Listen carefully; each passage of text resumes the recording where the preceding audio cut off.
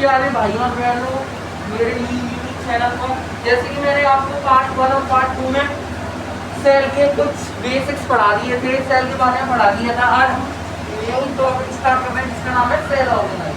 क्या नाम है? Cell organise.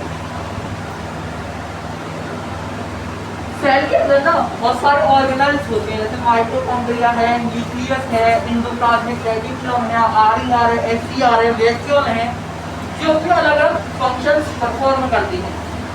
तो ये सेल को ना बहुत अलग अलग वर्क्स में काम आते हैं, इसलिए सेल ऑर्गेनल्स जरूरी है। Without cell organelles the cell is nothing. अगर सेल ऑर्गेनल्स ही नहीं होंगे तो सेल कुछ भी नहीं है। सबसे पहला सेल ऑर्गेनल आता है माइटोकॉन्ड्रिया।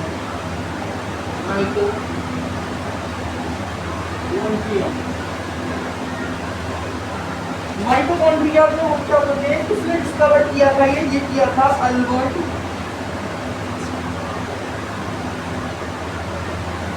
Van कोनिकल्फ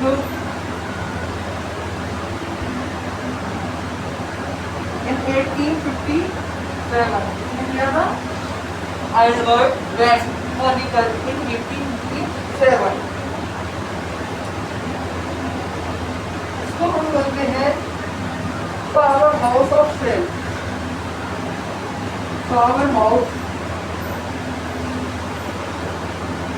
of cell. अब ये क्वेश्चन कभी कभी पूछने को आ जाता है, why mitochondria is called power house of cell? Because ये ना एनर्जी को प्रोड्यूस करता है इसकी फॉर्म में, एटीपी की फॉर्म में। किसकी फॉर्म में? एटीपी की फॉर्म में, हाइड्रोक्सी ट्राई फॉस्फेट। ये बॉन्ड होता है, तीन का ये बॉन्ड होता है।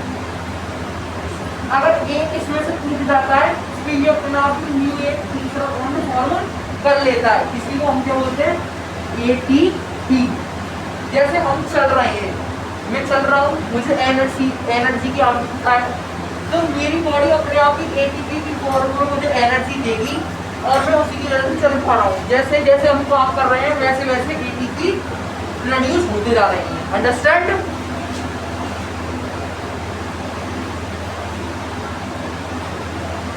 अब है हमारा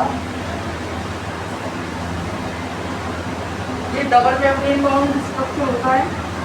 double membrane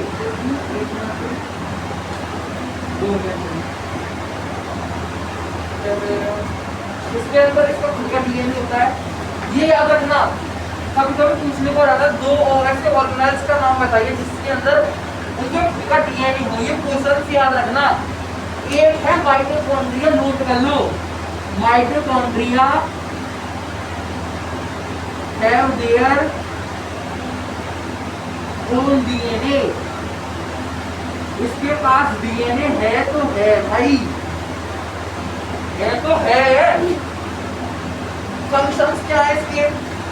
mitochondria are responsible for cellular respiration in process that convert nutrients into ATP which fuels various cellular activities।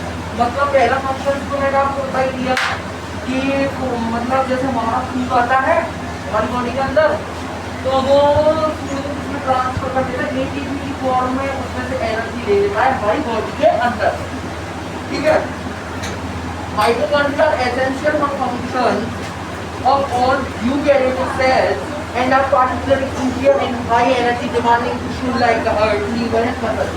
ये किस किस के लिए और जरूरी है? Heart, liver and muscle.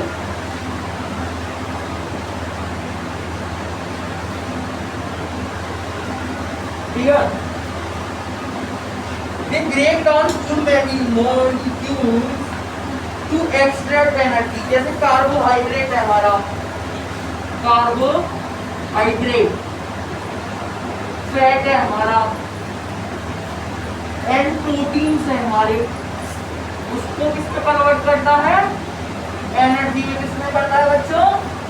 Energy में। ठीक है? In liver cells, mitochondria involved in the detoxification detoxification process, particular detoxification of ammonia. ये लीवर सेल्स में डिटॉक्सिफिकेशन का काम करता है।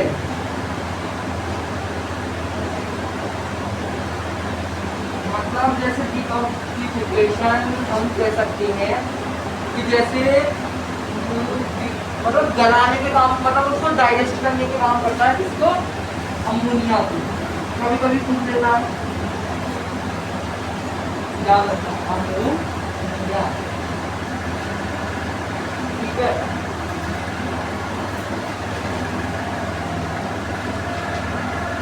तो एक बार इसे नोट कर लो, मैं इसका एक बार आपको डायग्राम बता देता हूँ और देख लेता हूँ न्यू एनसीईआरटी में ऑगस्ट का महीना। ये बच्चों माइटोकॉन्ड्रिया का डायग्राम है। ये 3 लार्ज स्ट्रक्चर आप देख रहे होंगे, ये इसका डीएनए है। क्या है बच्चों? डीएनए। ये इसकी इंटरमेम्ब्रेन स्पेस है। क्या है? इंटरमेम्ब्रेन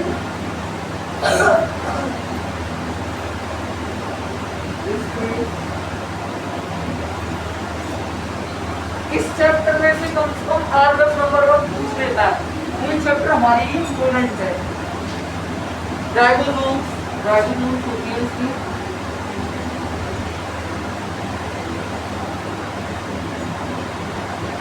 ठीक है बच्चों। क्रिस्टाइन होती है इसमें, क्रिस्टाइन।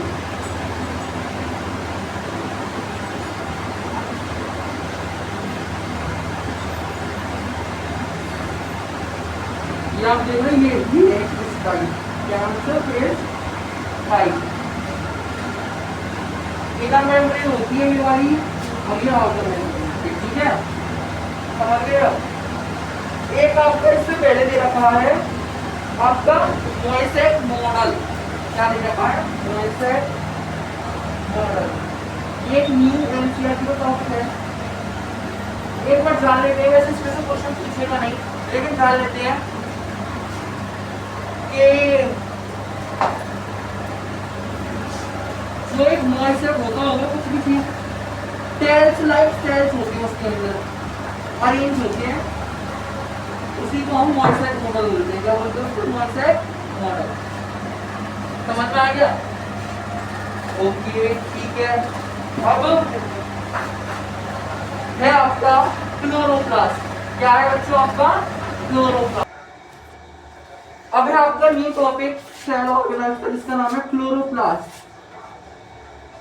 इसे हम बोलते हैं kitchen of cell. Provide green colour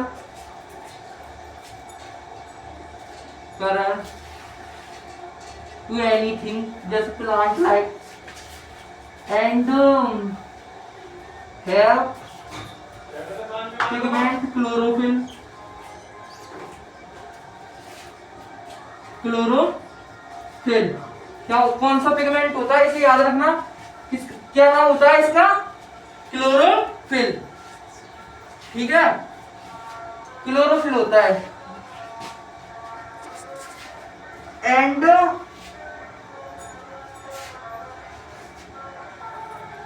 बस ये याद रखना कि ये प्लांट्स को ग्रीन कलर प्रोवाइड करता है और फोटोसिंथेसिस में हेल्प करता है। फोटोसिंथेसिस क्या होता है?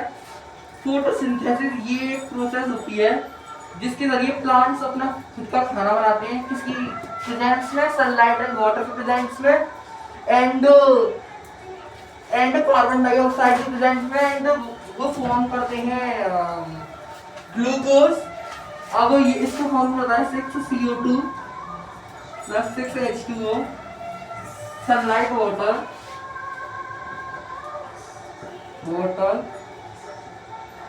C6H12O6 plus O2 plus H2O, ऐसे कुछ होता है, ठीक है। ये अभी बैलेंस नहीं है, यहाँ से बैलेंस कर लेना, जैसे ये होता है इसका फॉर्मूला, बैलेंस कर लेना इसको, ठीक है। अब है आपका न्यू टॉपिक जिसका नाम है ल्यूकोप्लास्ट। जिसका क्या नाम है बच्चों? ल्यूकोप्लास्ट। क्लोरोप्लास्ट के बारे में इतनी जानकारी मोर देन इनफ है, इसके बारे में तो पूछने नहीं आता, एमसीक्यू में पूछने आता है। Which cell organelle is called kitchen of cell, तो आप क्या लगा के आओगे बच्चों? Leuco not chloroplast. अब है आपका ल्यूकोप्लास्ट। ल्यूकोप्लास्ट याद रखना कलरलेस होता है, ये प्लास्टिड होता है, कलरलेस प्लास्टिड। ये प्लास्टिड के ही टाइप है, leucoplast, प्लास्ट, chloroplast and chromoplast.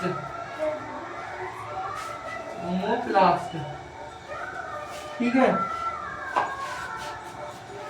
They are found in non-photosynthesis tissues such as roots and seeds. ये प्लांट है, जैसे आपका प्लांट है ये, जैसे आपका, ठीक है, ये उसकी सीड्स हैं, सॉरी रूट्स हैं ये। जब हम इस ये गमला मान लो, ये मिट्टी मान लो, इसके अंदर ये मिट्टी मान लो, ठीक है, जब हम इसमें सीड्स डालेंगे जब तो प्लांट एक ग्रो करेगा, ठीक है। तो ये सीड्स एंड जो ये रूट्स होती हैं, ये किसकी वजह से मिलके बनती हैं? इनका जो कलर जो आता है किसकी वजह से आता है? ल्यूकोप्लास्ट। कलरलेस होती हैं, ठीक है। ल्यूकोप्लास्ट क्या प्रेजेंट होता है इसमें? कौन सा पिगमेंट प्रेजेंट होता है? Leucoplast pigment. इसके 3 मेन टाइप्स होते हैं, एमिलोप्लास्ट,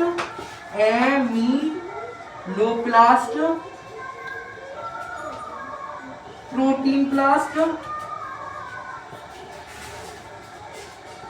एंड एलायोप्लास्ट। ये तो स्टोर करता है स्टार्च को, ये स्टोर करता है प्रोटीन को, ये स्टोर करता है लिपिड्स को। इसको लिपिड्स को, starch, protein, lipids. Amyloplast starch, proteinoplast protein, elaioplast lipids. अब आपका न्यू टॉपिक है क्रोमोप्लास्ट। क्या है आपको? क्रोमोप्लास्ट। क्या है बच्चों आपके new topic? Chromoplast.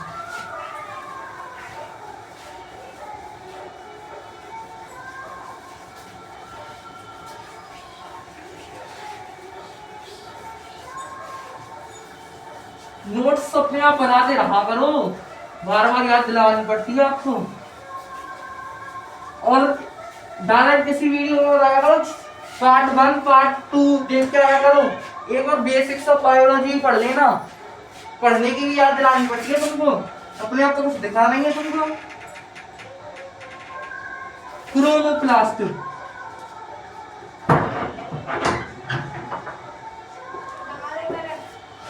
Chromoplasts are colored plastids, not green like chloroplasts, and are responsible for producing the vibrant yellow, orange, and red colors seen in fruits, flowers, and some leaves. ये किसने discover किया था? Hugo von Mohl in 1837।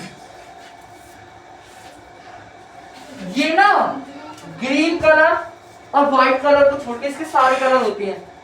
Plants देखे होंगे आपने, flowers आते हैं अलग अलग कलर के, किसकी वजह से? कौन सा पिगमेंट होता है? Chloroplast, sorry chromoplast.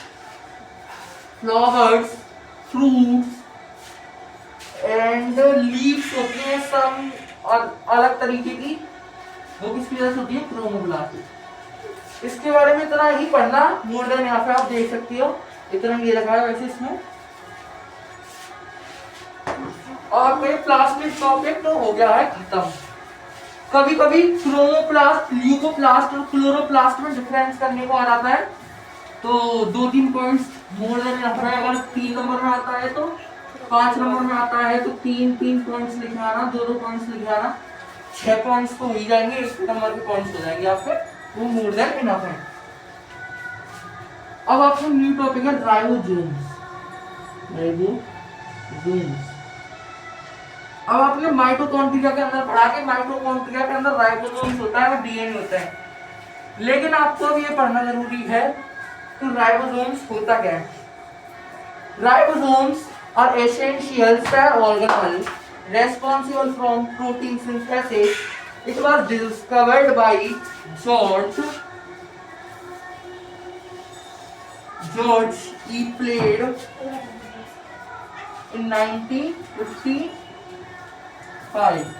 किसने किया था? George E played in 1955. किसको किया था? राइबोसोम्स को. ये किसके होते हैं? ये होते हैं प्रोटीन सिंथेसिस के. प्रोटीन बनाने में हेल्प करते हैं. Protein synthesis. Synthesis means make. ठीक है. Ribosomes are also known as Palade particles और protein factory and cell engine. इसको किस किस अलग और नाम से बोलते हैं? हम जानते हैं इसको पैलेडे पार्टिकल्स. पैलेडे पार्टिकल्स क्योंकि किसने डिस्कवर किया था? जॉर्ज ई प्लेड ने. पार्टिकल. और किस नाम से जानते हैं इसको हम? Protein factory. ये 3 नेम याद रखना, लिख जाना इसमें, वो छाप आना. 3 नंबर तो मिलने जरूर, मतलब मिल जाएंगे आपको 1-1 नंबर तो इसी पे. And cell engine. सेल का जो इंजन है वो किस है? कौन है? Ribosome. It is composed of RNA and protein. किससे मिलकर बना होता है? RNA and protein. RNA ribonucleic acid. अब आपका न्यू टॉपिक है जिसका नाम है लाइसोसोम. इसमें ये याद रखना कि इसको हम क्या बोलते हैं? Suicide bag of cell. क्या बोलते हैं बच्चों? Suicide bag of cell. Suicide bag of cell क्या बोलते हैं इसको? क्योंकि जैसे कोई ऐसे मॉलिक्यूल्स आए जो डाइजेस्ट नहीं हो पा रहे हैं या जो हमारी बॉडी के लिए हार्मफुल है, तो ये अपने आप ही एक्टिवेट हो जाते हैं और उनको खाना स्टार्ट कर देते हैं, ईट करना स्टार्ट कर देते हैं. इसलिए इनको क्या बोलते हैं? Suicide bag of cell. इसको किसने डिस्कवर किया था? Christian de Duve. Christian de Duve in 1955. ये मेम्ब्रेन बाउंड ऑर्गेनल होता है. इसके फंक्शंस क्या क्या है? डाइजेशन में हेल्प करता है, वेस्ट रिमूवल में हेल्प करता है, पैथोजेंस डिस्ट्रक्शन में हेल्प करता है, प्लाज्मा मेम्ब्रेन को रिपेयर करने में भी हेल्प करता है. ये याद रखना 3-4 मेन पॉइंट्स. ये आपके लिए मोर देन इनफ है. ठीक है बच्चों, मोर देन आपके लिए ये इनफ है.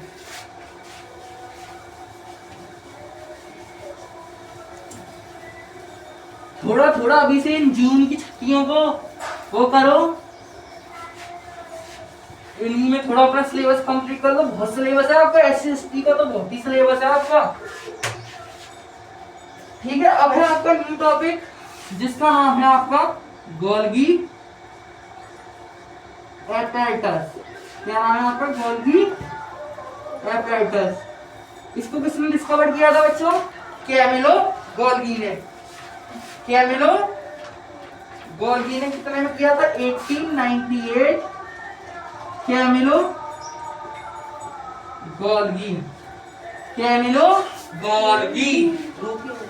Camillo Golgi. गोल्गी एपेटाइटस को और किस नाम से जानते हैं बच्चों? गोल्गी बॉडी और गोल्गी कॉम्प्लेक्स. इसके फंक्शंस क्या क्या? बेटा role in processing and packaging protein and lipids for transport within and outside the cell.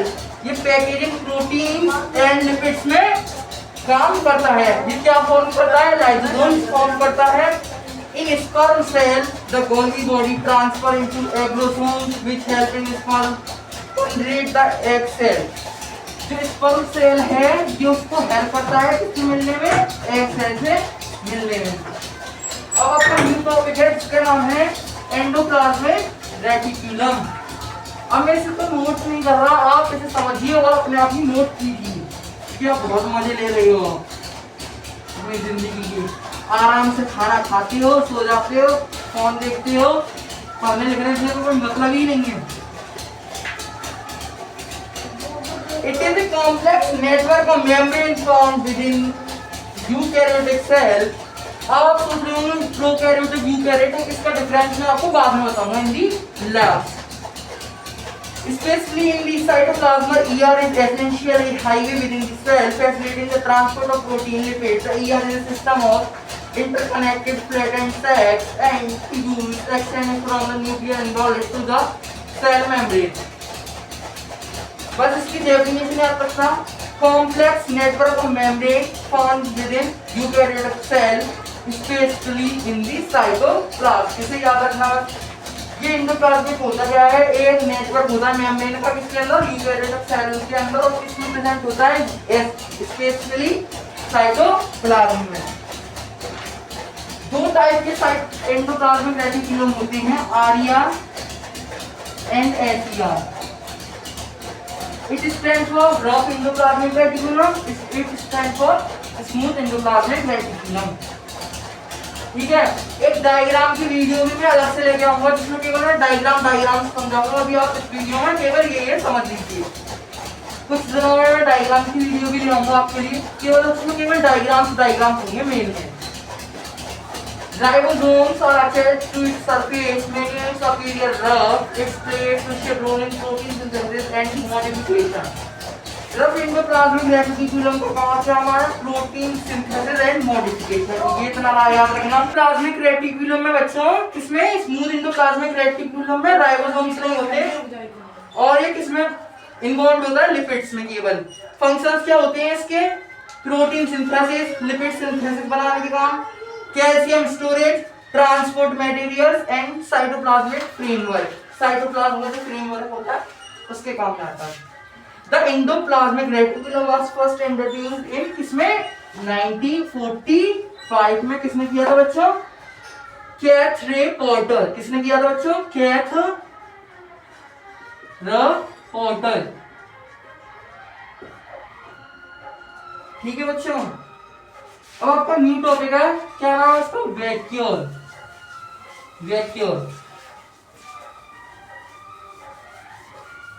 Plants में ये बड़ी होती है वैक्यूल, एंड स्मॉल्स में, उसमें एनिमल्स में ये छोटी होती है. Plants and animals. प्लांट्स में ये 50 to 90% जगह ले लेती है, और इसमें 20 to 30%. ठीक है. Vacuoles are membrane bound organelles that vary in size and function depending on the cell type. Cell का जैसा टाइप होगा उसके फंक्शंस भी उसी में इन्वॉल्व होंगे. Vacuoles can store water. किसको स्टोर करती है, वाटर को स्टोर करती है, न्यूट्रिएंट्स को स्टोर करती है, एंड वेस्ट प्रोडक्शन में काम आती है. क्या आती है, कौन काम आती है वेस्ट प्रोडक्शन में बच्चों, वैक्यूल. कौन काम आती है बच्चों, vacuole. In plant cell, the central vacuole play a crucial role in maintaining turgor pressure. Turgor pressure मतलब ये हाइट है, ये प्रेशर हो रहा है, ये हम किसी भी मोटी चीज पे प्रेशर लगा रहे हैं, इसी को टर्गर प्रेशर बोलते हैं हम. And cell shape by regulating water content. ये प्लांट्स में वाटर के कंटेंट को मेंटेन करती है और सेल की शेप को मेंटेन करती है. प्लांट की जो शेप होती है. वैक्यूल्स फाउंड होती है साइटोप्लाज्म में, फाउंड होती है हर चीज साइटोप्लाज्म में फाउंड होती है. जैसे साइटोप्लाज्म में इसी में सेल ऑर्गेनल्स फाउंड होते हैं हमारे सारे. ये साइटोप्लाज्म जो है जेल लाइक स्ट्रक्चर, मैंने जैसे कि आपको बताया था, इसी में ये फाउंड होते हैं. डिफ्यूजन मूवमेंट में हेल्प करती है. डिफ्यूजन का एंड ऑस्मोसिस मूवमेंट में भी ये हेल्प करती है. डिफ्यूजन मैंने आपको बताया था, movement of particles from higher concentration to lower concentration, and osmosis, movement of water particles from higher concentration to lower concentration. एक बार मैं आपकी एनसीईआरटी चेक कर लूं जब तक आप नोट कीजिए.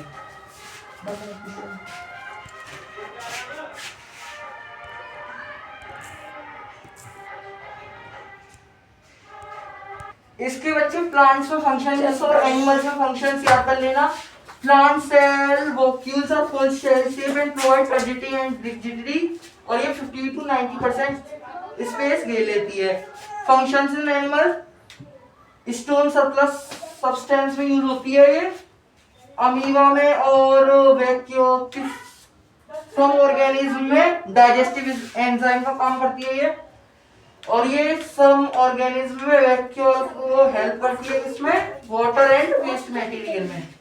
अब आपका न्यू टॉपिक है सेल डिवीजन। सेल डिवीजन दो टाइप का होता है बच्चों, सेल का डिवाइड होना ही सेल डिवीजन कहलाता है। When cells are divided into more cells this is called cell division. ये दो टाइप का होता है, mitosis and meiosis. Mitosis and meiosis. इसको क्या बोलते हैं? इक्वेशनल डिवीजन बोलते हैं इसको, इक्वेशनल डिवीजन। एंड इसको हम बोलते हैं reduction division. Reduction division, reduction division, division. ये कहाँ होता है? ऑल सेल्स में होता है, ये गैमीट्स में होता है। एंड ये गैमीट्स में नहीं होता, ये गैमीट्स में होता है। इसके क्रोमोसोम नंबर सेम रहते हैं पेरेंट सेल के, इसके क्रोमोसोम हाफ हो जाते हैं। इसमें 2 डॉटर सेल्स फॉर्म होती हैं, इसमें 4 डॉटर सेल्स फॉर्म होती हैं। जैसे ये है एक parent cell, 2 daughter cells are formed and इसमें ये 2 डॉटर सेल्स होती हैं, फिर इनकी भी 2 डॉटर सेल्स होती हैं। ठीक है बच्चों, और ये एक फेस होता है, ये डबल फेस होता है, और ये कैंसर डिफ्लेक्ट करता है कैंसर प्रोडक्शन को, और ये डिफ्लेक्ट नहीं करता है कैंसर प्रोडक्शन को। ये नेसेसरी होता है ग्रोथ में बॉडी की, और ये नेसेसरी होता है जिसमें रिस्टोरेशन में। ठीक है, जैसे कि आप देख सकते हो ये सेल है, ये डिवाइड हो रहा है 2 डॉटर सेल में। इसमें 44 क्रोमोसोम सेम्स है, ये है। ये डिवाइड हो रहा है 2 डॉटर सेल्स में, फिर इसके भी 2 डॉटर सेल्स डिवाइड हो रही है। इसमें 22 क्रोमोसोम हो रही है। अब आपका जो लास्ट टॉपिक है, क्या है आपका लास्ट टॉपिक? मैं वो डायग्राम की आपको बाद में लेके आऊंगा, जैसे कि आपको पता ही है प्रोकैरियोटिक एंड यूकैरियोटिक में डिफरेंस है। आप एक मिनट रुक जाइए। प्रोकैरियोटिक एंड यूकैरियोटिक में difference.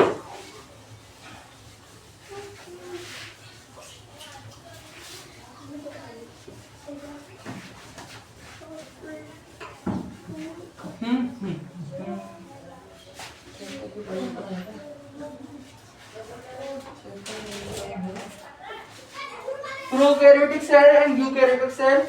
Prokaryotic, eukaryotic. Size large, इसका साइज होता है 1 से 10 माइक्रोमीटर, इसका होता है 5 से 100 माइक्रोमीटर। ये किससे मिलकर बना होता है? सिंगल क्रोमोसोम से इसके अंदर, और ये more than 1 chromosome, more than 1 chromosome. ये कभी कभी पूछने को आता है, इसे याद रखा करो। ये membrane bound cell organelle absent होती है इसमें membrane bound cell organelle present होती है। ठीक है, इसमें न्यूक्लियर मेम्ब्रेन नहीं होती है, इसमें न्यूक्लियर मेम्ब्रेन होती है। ठीक है, अब आपका एक और टॉपिक है, लास्ट टॉपिक, वो आखिरी लास्ट था बस। आपका एक और है प्लांट सेल और एनिमल सेल में डिफरेंस। ये कई बार पूछने को आ गया है, पिछली साल भी आया था ये plant cell and animal cell में डिफरेंस, और कभी कभी इसके डायग्राम भी आ जाते हैं। 5 नंबर में 5 डिफरेंस लिखो और डायग्राम बनाओ, लेवल्ड डायग्राम। ठीक है, अब है आपका लास्ट टॉपिक जिसका नाम है plant cell and animal cell. Plant cell, animal cell. ठीक है, सेल वॉल इसमें होती है, इसमें नहीं होती है। सेल वॉल क्या प्रोवाइड करती है? टर्जिडिटी एंड रिजिडिटी, जिससे कि प्लांट्स मजबूत बनता है। क्लोरोप्लास्ट होता है ग्रीन पिगमेंट क्लोरोफिल, इसमें नहीं होता है। क्या प्रोवाइड करता है? Green colour. ठीक है, वैक्यूल कैसी होती है? लार्ज, और वैक्यूल कैसी होती है? स्मॉल। इसमें लाइसोसोम्स होते हैं, इसमें लाइसोसोम मे और मे नॉट बी लाइसोसोम, हो भी सकते हैं और नहीं भी। May not be lysosomes and plastids होते हैं इसमें, can be special for various functions including storage and pigment production. इसमें प्लास्टिड्स होते हैं किसके लिए, स्टोरेज के लिए, पिगमेंट प्रोडक्शन के लिए। इसमें सेंट्रोइड्स एंड सेंट्रोसोम्स होते हैं इसके लिए, सेल डिवीजन के लिए। थैंक यू, मिलते हैं आपकी अगली वीडियो में डायग्राम वाली वीडियो।